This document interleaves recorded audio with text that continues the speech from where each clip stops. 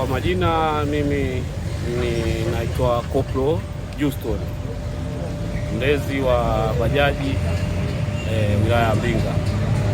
Leo tulikuwa na zoezi la kutoa elimu kwa vyombo vya moto hususani bajaji, na tumeweza kushirikiana na dereva katika kupatiana elimu kuhusiana na hivyo vyombo lakini pia katika kushirikiana huko tumeweza kuwapatia elimu kuhusiana na athari ambazo wanaweza kuzipata juu ya kutozingatia au kutotii sheria za usalama barabarani, ikiwemo kuzidisha abiria, kubeba abiria kupita kiasi au kupita uwezo wa chombo chenyewe, lakini kutozingatia sheria na alama za barabarani. Lakini mbali na hayo, pia tumeweza kuwakumbusha kuwa jeshi la polisi hususani kitengo cha usalama barabarani tuko macho na tunaendelea na majukumu yetu ya kila siku katika kusimamia sheria katika eneo hilo. Kwa hiyo tumewasisitiza waweze kutii sheria bila shuruti. Mbali na hayo, lakini pia kama madereva bajaji wameweza kutoa pia kero na changamoto zao mbalimbali, ikiwemo kuingiliwa kwenye njia zao, njia ya kuingilia bajaji zao na kutokea kutokana na msongamano wa maroli kupaki eneo hilo na kuwapa changamoto katika kutii sheria. Lakini kwa sababu mimi niko hapa, nimelisikia na nimelibeba, na hiyo changamoto naifikisha kwa viongozi wangu, lakini pia sisi wenyewe kuona namna gani tunaweza tukasimamia sheria katika eneo hilo. Naitwa Mtemi Bakari Pachoto, ni mwenyekiti wa umoja wa madereva bajaji wilaya Mbinga. Leo hii tumetembelewa na viongozi wa usalama barabarani ambao tumetembelewa na DTO pamoja na trafiki wengine. Wamekuja kutupa elimu ya usalama wa barabarani hususani na vyombo vyetu ambavyo tunavyovitumia. Sisi umoja wa madereva bajaji wilaya Mbinga, stendi yetu kuu hii ni Mbuji, na maarufu kama ni Mbuji. Kwa hiyo vijana tumekusanyika hapa ili kupata hiyo elimu.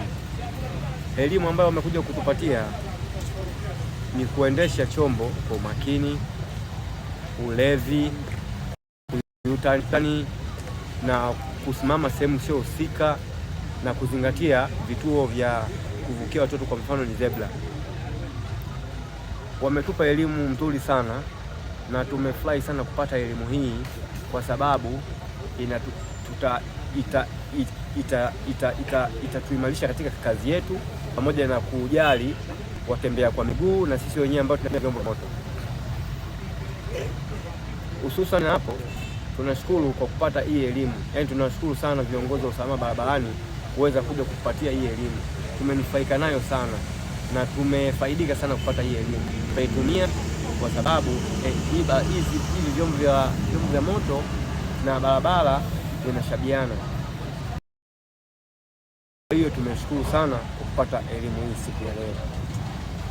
Kwa madereva wenzangu, tuzingatie elimu ambayo tumepewa, tuwe na lugha nzuri kwa abiria wetu, pia tufuate yale ambayo tumeelekezwa, tuweze kusimamia ambayo tumefundishwa, tufanye biashara yetu kwa usalama na kinidhamu zaidi. Tunashukuru kwa hili. Kwa jina maarufu nikivunja bei. Napenda kutoa shukrani kwa jeshi la polisi kuwatembelea madereva wa bajaji ili kutoa elimu ya usalama barabarani na tahadhari ya barabarani na matukio aina mbalimbali ya barabarani. Kwa hiyo hapa sisi madereva kama madereva tumepokea kwa makini na tutaitendea kazi. Ombi letu kwa madereva bajaji haya tuweze kuyafuatilia, wanaweza kusema na tutekeleze sheria za barabarani, alafu na tupunguze matukio yasiyokuwa ya msingi barabarani ili tuweze kupata heshima kubwa kwa wale abiria wetu tunaweza kuwasafirisha.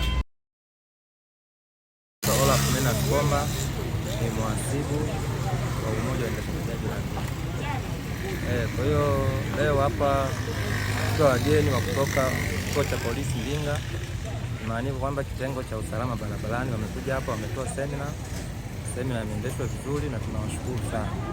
Kikubwa walichozungumzia ni kuhusu ugeukaji au namna ya kubeba abiria na kushusha, kuangalia mazingira mazuri ya kuweza kushusha abiria, mazingira rafiki ambayo unaweza ukaangalia usalama wa chombo chako, usalama wa wewe mwenyewe na usalama wa abiria unayemshusha.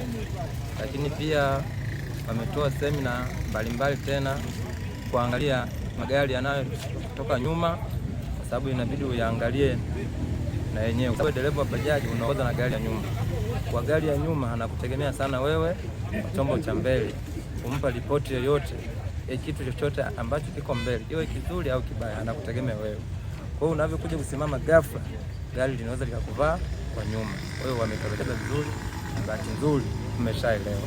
Lakini pia madereva wametoa changamoto mbalimbali, na wenyewe bahati nzuri wameelekeza vizuri namna ya kuishi, sababu wameelekeza sekta ya bajaji kwanza ni taasisi ambayo inajitegemea, na watu wengi wameacha kazi za uhalifu, wamejiingiza kwenye bajaji kwa lengo la kutafuta riziki. Kwa hiyo tumeelekezwa vizuri sana.